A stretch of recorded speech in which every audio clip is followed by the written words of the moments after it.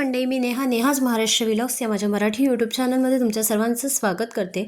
आज ना आपण मस्तपैकी मौसूत असे रव्याचे लाडू करणार आहोत। तोंडात टाकताच विरघळणारा हा लाडू आहे। तर जास्त वेळ न घालवता रेसिपीला सुरुवात करूया। ते इथे ना मी 2 मोठ्या साईज वाटीने बारीक रवा घेतलेला आहे। रवा पहिले ना आपण सुरुवातीला 5 मिनिटं ना चांगला कोरडा भाजून घ्यायचा आणि त्यानंतर 2 पळी तूप मी इथे टाकलेलं आहे, तुम्ही बघू शकता। आणि रवा आपल्याला तुपावर चांगला भाजून घ्यायचा आहे। जसं तुपाची आवश्यकता असेल त्याप्रमाणे आपल्याला थोडं थोडं तूप मध्ये मध्ये टाकून रवा भाजून घ्यायचा आहे। तर आता इथे ना आपण रवा चांगला मस्तपैकी भाजून घेऊया। रव्याचे कच्चापणा कुठेही राहता कामा नये, जेणेकरून लाडू खाताना तो कच्चा लागेल असं वाटता कामा नये। तर मस्त तोंडात विरघळणारा हा लाडू तयार होतो। तर आता इथे माझा जवळपास अर्धा तास लागलेला आहे हा अर्धा किलो रवा भाजण्यासाठी। तर तुम्ही बघू शकता रवा मस्तपैकी फुगलेला फुललेला आहे। तर रव्याचा थोडासा कलर पण बदललेला आहे, कच्चेपणा पूर्ण निघून गेलेला आहे रव्याचा। या स्टेजला ना आपल्याला पिठी साखर ॲड करायची आहे। तर एका साईडला ना ड्रायफ्रूट्स ना थोडेसे रोस्ट करून घेतले आहे। तर ज्या वाटीने ना मी रवा मोजून घेतला त्याच वाटीने 2 वाटी बरोबर पिठी साखर आपल्याला इथे घ्यायची आहे। तर आता अर्धा किलो रवा जर तुम्ही घेतला असेल तर 450 ग्राम पिठी साखर तुम्ही इथे घेतली पाहिजे वजनीप्रमाणे।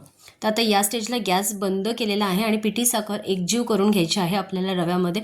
कुठेही त्याची गुठळी राहता कामा नये, सगळीकडनं पिठी साखर लागली पाहिजे। आणि त्यानंतर अशा प्रकारे आपल्याला चमच्याने दाबून घ्यायचं आहे आणि मग त्यानंतर कढईवर ना ताट किंवा एखादं परात तुम्ही व्यवस्थित झाकून ठेवायचं आहे।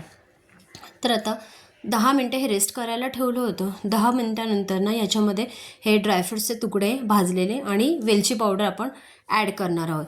तर इथे तुम्हाला जर जायफळाची पावडर ॲड करायची असेल किंवा जायफळ किसून टाकायचं असेल तर तुम्ही टाकू शकता, अगदी ऑप्शनल आहे। आणि ड्रायफ्रूट्सचा वापरसुद्धा तुम्ही तुमच्या आवडीप्रमाणे इथे कमी जास्त करू शकता।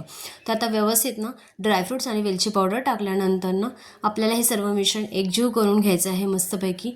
आणि आता ह्याचे लाडू वळायला सुरुवात करायचे आहे। हे मिश्रण ना थोडंसं गरम आहे आतमध्ये, तर आता थोडंसं ना त्याला आपण चमच्याने हलवून घेणार आहोत, कारण हाताला ना थोडा चटका बसत नाही। तर चमच्यानेच थोडंसं आपण हळूवारपणे आपल्याला हलवून घ्यायचं आहे। इथे लाडूला लावण्यासाठी मी मनुके घेतलेले आहे, पिवळा मनुका जो मिळतो तो।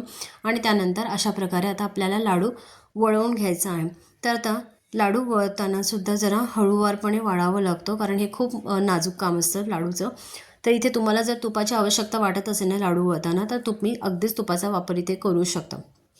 आणि जर आता असं वाटत असेल की मिश्रण खूप कोरडं पडलं आहे, तर त्यावेळेस ना तुम्ही मिक्सरमधनं ना हे जे भरड आहे ना आपली लाडूची ती थोडीशी काढायची आणि मग लाडू वळायचे, तरी अगदी सहजासहजी सर्व लाडू वळले जातात। तर अशा प्रकारे माझे सर्व लाडू वळून झालेले आहेत। ही आजची लाडवाची रेसिपी तुम्हाला कशी वाटली मला नक्की कमेंट करून सांगा।